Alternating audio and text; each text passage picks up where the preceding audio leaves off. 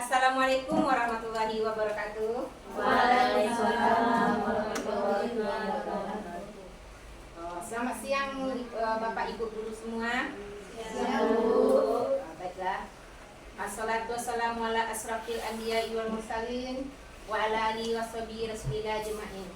Rabbi shrahli sadri wa yassir li amri wahlul 'uqdatam min lisani. Baiklah, yang pertama, marilah kita mengucapkan puji syukur atas kehadiran Allah Subhanahu wa taala yang mana pada siang ini kita dapat berkumpul di ruang majelis guru ini dalam rangka melaksanakan kegiatan Pombel sebagaimana hari-hari sebelumnya. Kemudian salawat beriring salam tidak lupa pula kita hadiahkan kepada Nabi besar kita Nabi Muhammad SAW dengan antaran kata Allahumma sholli ala Muhammad wa ala ali Muhammad.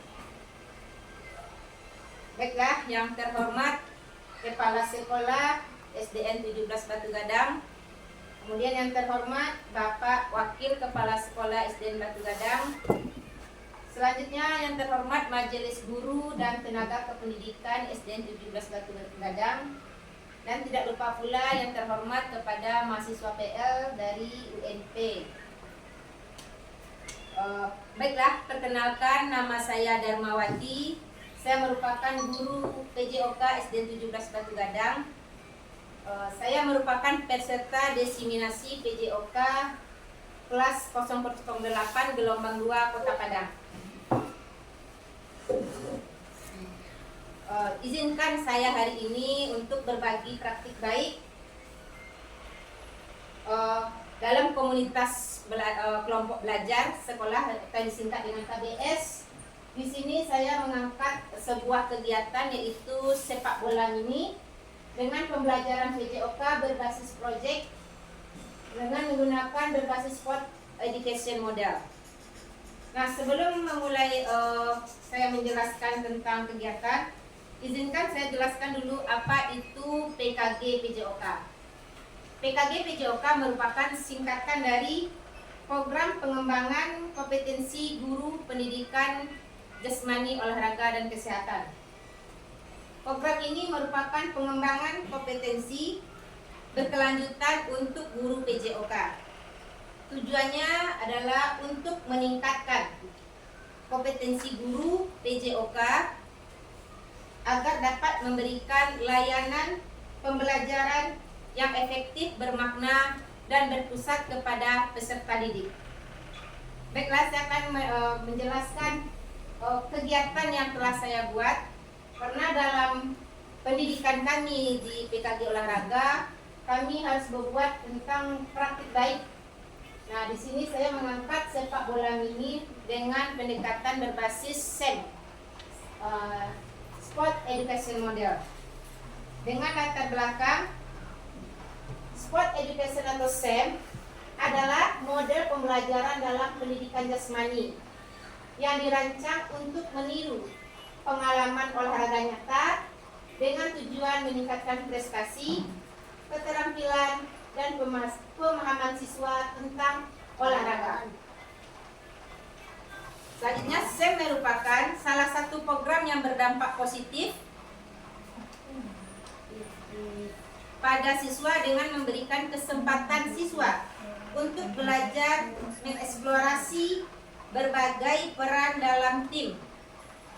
Selain menjadi pemain, siswa dapat mengambil peran lainnya, tergantung aktivitas seperti pelatih, manajer, wasit, pencatatan skor, bahkan bisa menjadi penganalisis pertandingan, jurnalis, dan sebagainya.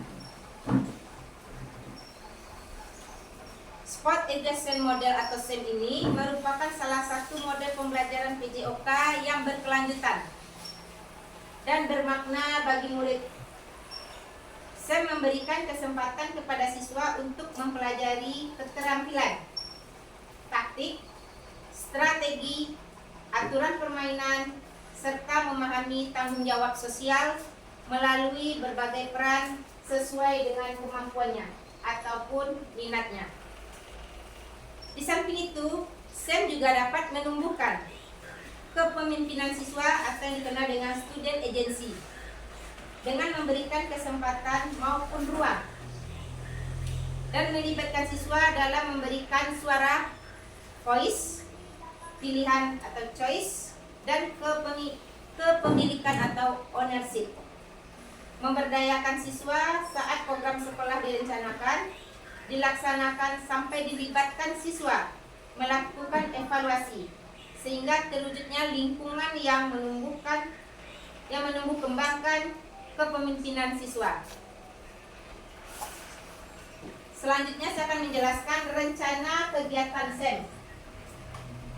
SEM yang akan dilaksanakan adalah sepak bola mini. Itu saya ambil kelas 6 SDN 17 Batu Gadang. Sesuai dengan hasil diskusi kelompok belajar kita yang kita bahas dalam kelompok belajar yang itu kita beri nama Tubel Indarung 17 Indarung, dan hasil identifikasi aset yang ada di sekolah dapat digunakan untuk dimanfaatkan untuk kegiatan kompetisi mulai dari sarana dan prasarana yang ada sampai dengan alat pendukungnya. Dengan mengadakan permainan sepak bola ini, siswa dapat mengalami kontekstual, dapat menghadapi tantangan belajar dari keberhasilan maupun kegagalan mereka. Permainan ini dipilih karena adanya choice, voice, dan ownership serta bakat minat siswa.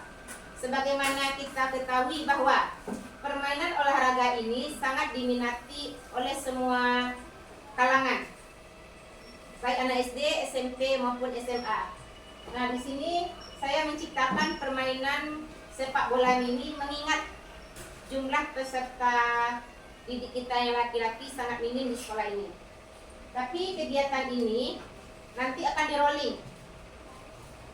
Yang jadi pemainnya nanti laki-laki, perempuannya nanti akan memilih peran sendiri. Pada kegiatan selanjutnya, perempuan yang main, laki-laki juga akan memilih peran yang apa yang mereka minati. Nah, tujuan dari proyek ini ada 3. Yang pertama, menekankan pembelajaran melalui pengalaman nyata dan situasional, meningkatkan kesehatan dan kebugaran siswa. Kedua, terwujudnya siswa yang berakhlak karimah, bugar, sehat, gembira, dan berprestasi. Pemahaman siswa tentang olahraga dan dapat membantu mereka mengembangkan keterampilan, pengetahuan, serta nilai-nilai sosial melalui permainan yang sesuai dengan bakat dan minatnya. Yang ketiga, meningkatkan motivasi dan keterlibatan siswa dalam pembelajaran. Penerapan belajar aktif, di mana siswa terlibat secara langsung dalam belajar. Selanjutnya adalah capaian, langkah-langkah, dan hasil yang diharapkan. Pada tahap ini, yang capaian itu pertama, pemahaman tentang aturan permainan sepak bola mini. Yang kedua, meningkatkan keterampilan individu maupun kelompok. Yang ketiga, meningkatkan sportivitas, strategi, dan kerjasama tim. Yang keempat, menumbuhkan sikap percaya diri dan kepemimpinan yang bertanggung jawab. Selanjutnya, langkah-langkah dari kegiatan ini. Yang pertama, persiapan technical meeting. Yang kedua, menganalisis kegiatan permainan sepak bola mini. Yang ketiga, penyelenggaraan permainan sepak bola mini yang menekankan pada kerjasama, komunikasi, sportivitas, dan tanggung jawab. Yang keempat, pemilihan peran dalam permainan sepak bola mini.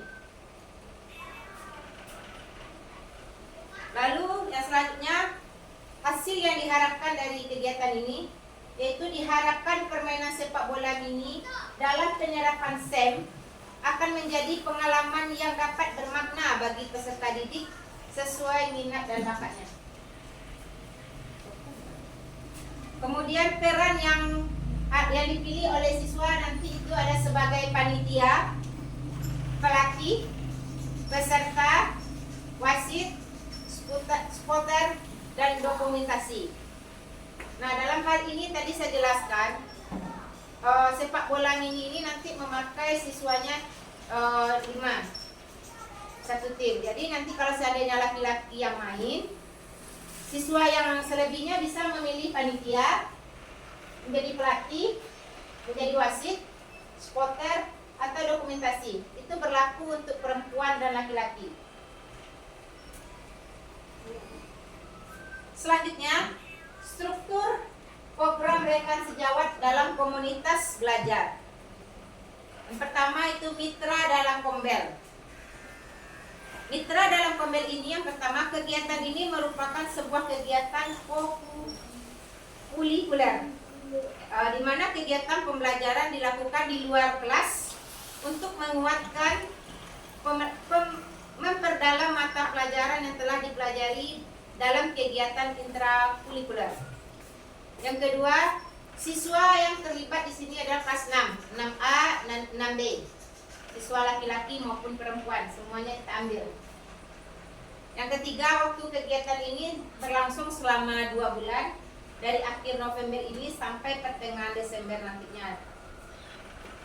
Lalu yang selanjutnya,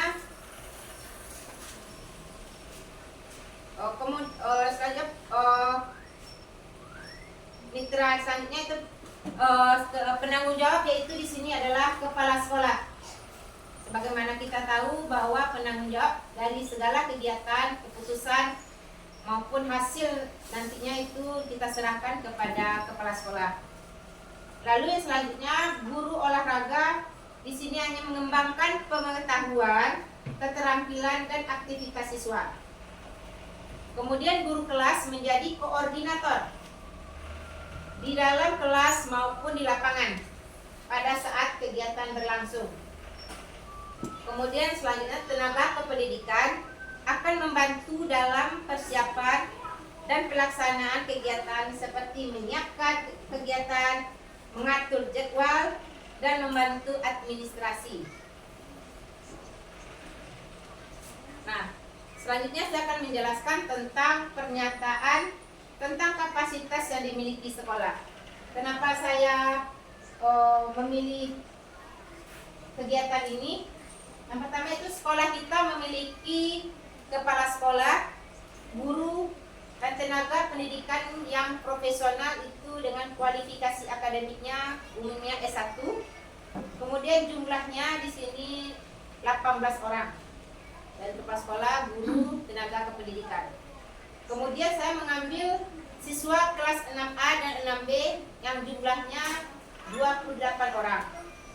Nah, nanti siswa inilah yang berperan aktif dalam kegiatan yang tadi. Mereka bisa memilih sebagai panitia, peserta, wasit, pelatih, ataupun spotter. Kemudian sekolah kita ini memiliki lapangan yang luas yang dapat menunjang kegiatan sepak bola mini ini. Kemudian kenapa lagi itu, sekolah kita memiliki jaringan internet yang sangat baik serta multimedia pendukung untuk melakukan live streaming pertandingan yang dipublikasikan nanti melalui sosmed. Jadi nanti pas kegiatan berlangsung ini, nanti ada siswa yang akan mendokumentasikannya. Itu bisa kita lakukan live streaming atau hasilnya kita sebar ke medsos. Lalu yang terakhir, sarana dan prasarana. Sarana dan prasarana ini termasuk perlengkapan yang di sekolah ini cukup memadai adalah sepak bola mini. Lalu langkah selanjutnya adalah rencana evaluasi. Tahapan-tahapan implementasi SEM dalam pembelajaran akan dievaluasi. Untuk evaluasi keseluruhan akan dilakukan pada akhir evaluasi dan refleksi penerapan SEM. Adapun yang akan dievaluasi adalah 1. Tujuan pembelajaran, ketercapaian tujuan pembelajaran dalam SEM. Yang kedua, umpan balik dari siswa, pengalaman dan pembelajaran penerapan SEM. Nanti umpan balik ini kita akan sebar berupa angket bagaimana perasaan mereka berperan sebagai apa yang mereka mau. Dan mereka juga akan menilai teman sebayanya. Lalu yang ketiga, evaluasi kinerja dalam kelompok tim. Nah, nanti kita di sini juga akan menyebar angket siapa yang mau berkontribusi dalam timnya, siapa nanti yang kurang berkontribusi tentunya. Lalu yang keempat, evaluasi penerapan sportivitas. Apakah mereka nanti dalam tim itu terbentuk sportivitasnya apa tidak. Lalu yang kelima, evaluasi manajemen kelas dan pengelolaan waktu keaktifan siswa sesuai dengan perannya. Kemudian yang terakhir itu adalah refleksi dari guru. Nah, guru di sini bisa guru PJK ataupun guru kelas karena beliau juga membantu berjalannya kegiatan ini. Di sini nanti akan direfleksi itu mulai dari perencanaan, pelaksanaan maupun pengelolaan dalam bentuk SEM.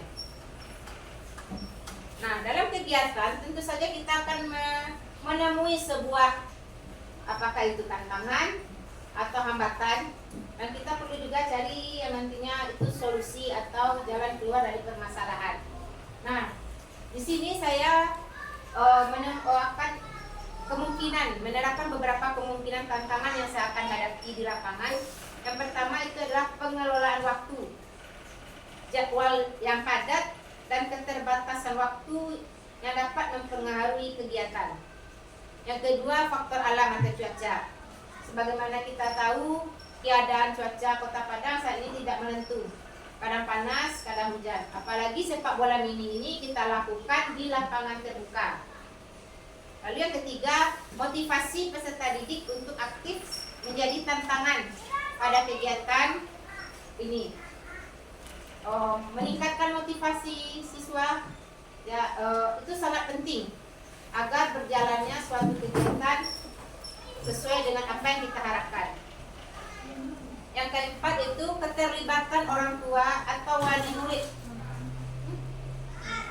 Kurangnya dukungan dapat mempengaruhi motivasi. Kelima itu manajemen tim, perbedaan tingkat kemampuan siswa dan sikap sosial. Nah, disinilah gunanya SEM tadi. Pasti akan terlihat siswa yang merasa kurang percaya diri itu akan sikap sosialnya akan tertutup. Nah, di sini kita akan bangkitkan nantinya. Nah, tentu saja solusi yang saya dari tantangan tadi setelah saya temukan solusinya itu yang pertama, jadwalnya harus efisien. Jadi kita harus mengatur waktu bersama siswa, bersama guru kelas tadi, dan dibantu oleh tenaga kependidikan untuk mengatur jadwalnya seefisien mungkin yang tidak mengganggu pembelajaran di kelas. Ini kita lakukan di saat pembelajaran jam olahraga. Yang kedua, mengganti hari jika kegiatan tidak berjalan dengan baik, seperti hujan tadi. Jika terjadi hujan, kemungkinan kegiatan akan saya pindahkan ke hari berikutnya. Kemudian yang ketiga, melakukan pendekatan persuasif yang konstruksif dengan memberikan beberapa pujian agar meningkatkan motivasi siswa kita ini. Yang keempat, komunikasi yang terbuka dan konstruksif. Yang kelima, mengadakan pertemuan dengan orang tua menjelaskan tujuan dari program ini. Ini sangat orang tua di sini juga sangat berperan penting agar bisa orang tua ini membantu anaknya supaya mengeluarkan bakat minatnya. Nah, demikianlah hasil presentasi yang dapat saya sampaikan pada kegiatan Kombel ini. Kepada Bapak Ibu, jika ada yang kurang paham atau yang ingin dipertanyakan, kami silakan.